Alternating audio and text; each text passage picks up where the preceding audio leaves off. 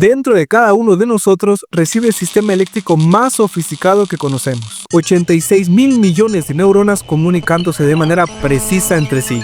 Pero, ¿qué sucede cuando esta regulación falla? Hoy vamos a hablar de uno de los fenómenos más antiguos y misteriosos de la medicina: la epilepsia.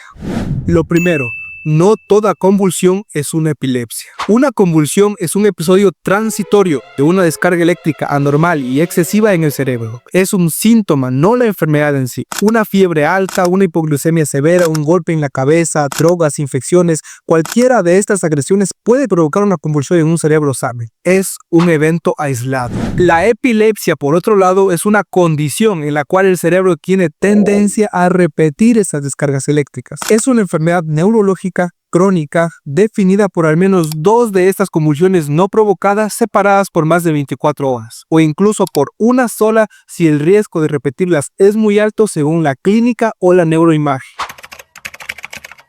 La epilepsia es tan antigua como la historia mismo. En tablillas mesopotámicas ya se describían ataques extraños que llamaban enfermedad sagrada. Hipócrates, hace más de 2000 años, describió un tratado sobre la epilepsia, donde decía: no es divina, es una enfermedad del cerebro. Durante siglos, quienes sufrían de epilepsia eran tratados como poseídos, malditos o peligrosos. Y hoy sabemos que nada de eso es verdad, sino que es una alteración eléctrica.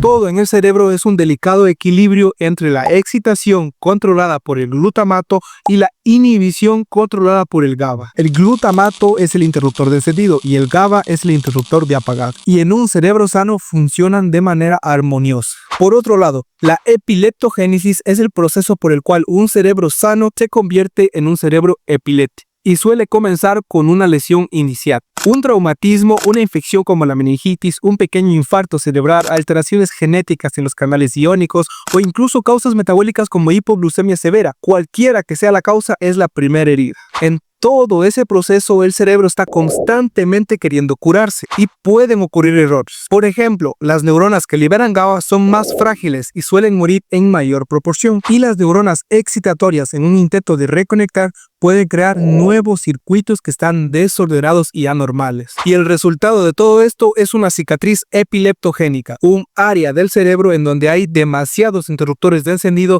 y muy pocos de apagado. Un área donde el equilibrio del cerebro se ha roto completamente.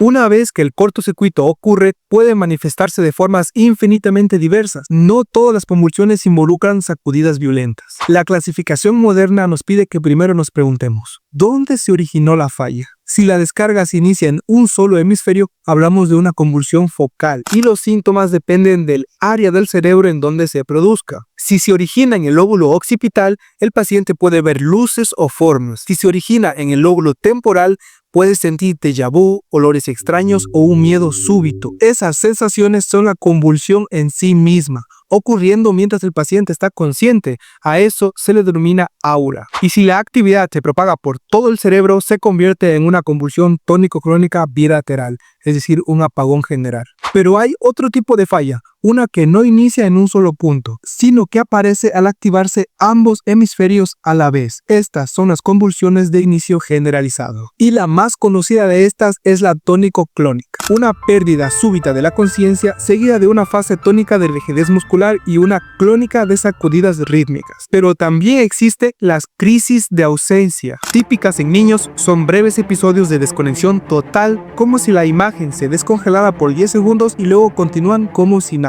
Y luego están las mioclónicas, que son sacudidas súbitas como un shock eléctrico. También están las atónicas, donde el tono muscular desaparece por completo y el paciente se desploma.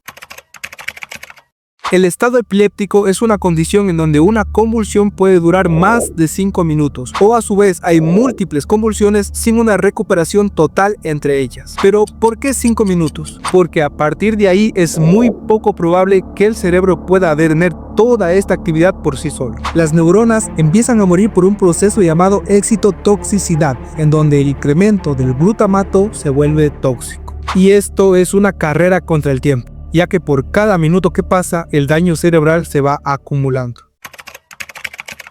Pero, ¿cómo diagnosticamos la epilepsia? Esto requiere de un análisis detallado. La historia clínica es la pista principal. saber cómo ocurrió el episodio, qué vieron los testigos, qué sintió el paciente antes, durante y después del episodio. El electroencefalograma nos permite ver la actividad eléctrica y buscar las descargas anormales. La resonancia magnética, por su parte, nos permite buscar cicatrices o defectos estructurales que expliquen el origen de esta. Y siempre descarta causas secundarias como hipoglicemia, infecciones o alteraciones metabólicas. Diagnosticar bien es vital, ya que un error puede llevar años de tratamiento innecesario o dejar sin tratar una epilepsia real.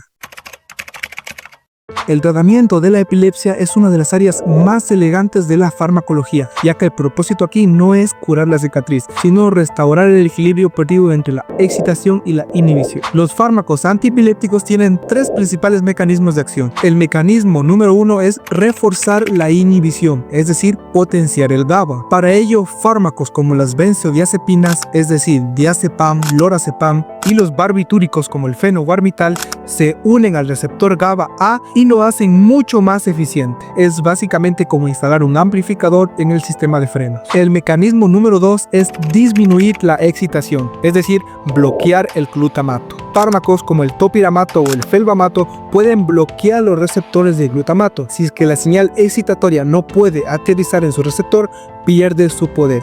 Es como básicamente ponerle un aislante al cable que lleva la sobrecarga. El mecanismo 3 es estabilizar a las membranas, es decir, calmar a las neuronas hiperexcitables. Fármacos como la fenitoína, la carbamazepina y la lamotrigina no tocan directamente a los neurotransmisores. En cambio, se enfocan en los canales de sodio dependientes de voltaje. Estos canales son como las compuertas que permiten que una neurona dispare un impulso eléctrico. De esa manera, y entendiendo la raíz del problema, podemos diseñar soluciones que traten de devolver la estabilidad al sistema más complejo del universo. La próxima vez que escuches convulsión o epilepsia, espero que pienses en la increíble complejidad de la red neuronal y en el delicado equilibrio entre la excitación y la inhibición. Soy el Dr. David y esto es Medicademia. Nos vemos.